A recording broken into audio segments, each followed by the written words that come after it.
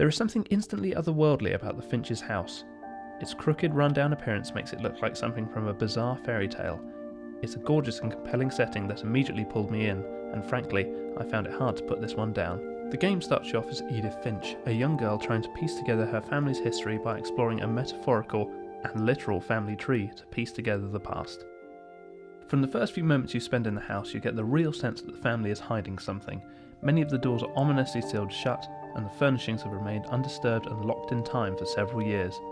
Rooms are bursting of little knickknacks and details that do a lot to establish characters. Before you even learn their names, you'll feel like you know exactly who lived there before. As you explore the house, you'll uncover letters or journals written by the previous residents. Reading them transports you into a mini-chapter where you literally step into the shoes and time period of one of your ancestors to explore a flashback. And this is where the game really starts to shine, as each of these sections play out like their own self-contained story, often with completely unique control schemes and art styles. You'll play as a girl with an insatiable appetite, a kite-flying rebel teenager, and a Hollywood has-been fighting for her life, just to name a few.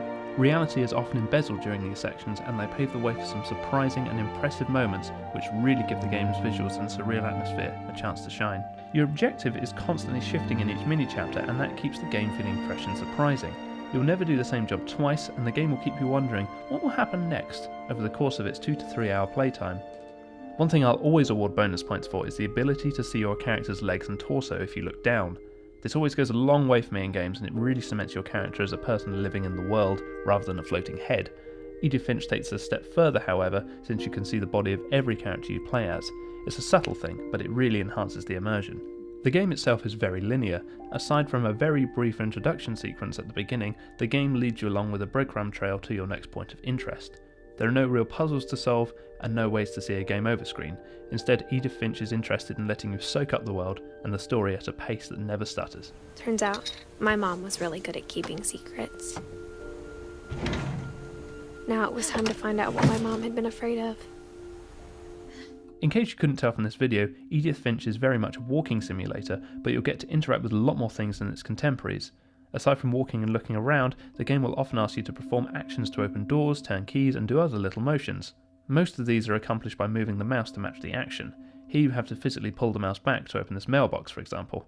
In a lesser game, these actions would feel a little bit gimmicky, but here they're so easy to do they'll work flawlessly every time, and they add another layer to the immersion of the game. In some cases, actions even combine with the story, and this makes for some of the best moments in the game. I thought about eating Christopher, but I held back. While some stories have a dark comedy slant to them, the vast majority are fairly haunting and can be quite sombre. It was impressive to see just how effortlessly the game could transition between these tones and feelings without ever compromising its core. An early story involving a boy in the back garden swing particularly resonated with me, so much so that I had to pause for a minute and let it soak in. While most of the stories are great, one or two of them do feel a bit underwhelming. One of them is literally you clicking through a handful of stills, and it's only fractionally more interesting than browsing the Argos catalogue.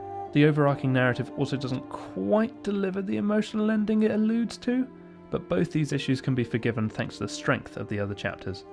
As the credits rolled, it felt like I'd been to a really good short film exhibition, and I just found myself wanting to discuss every beat of the game.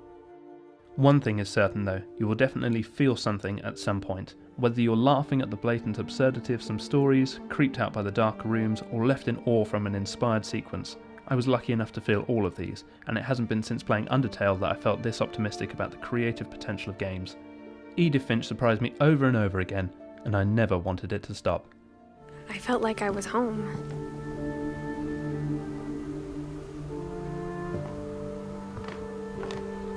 But instead of a family, there were just memories of one.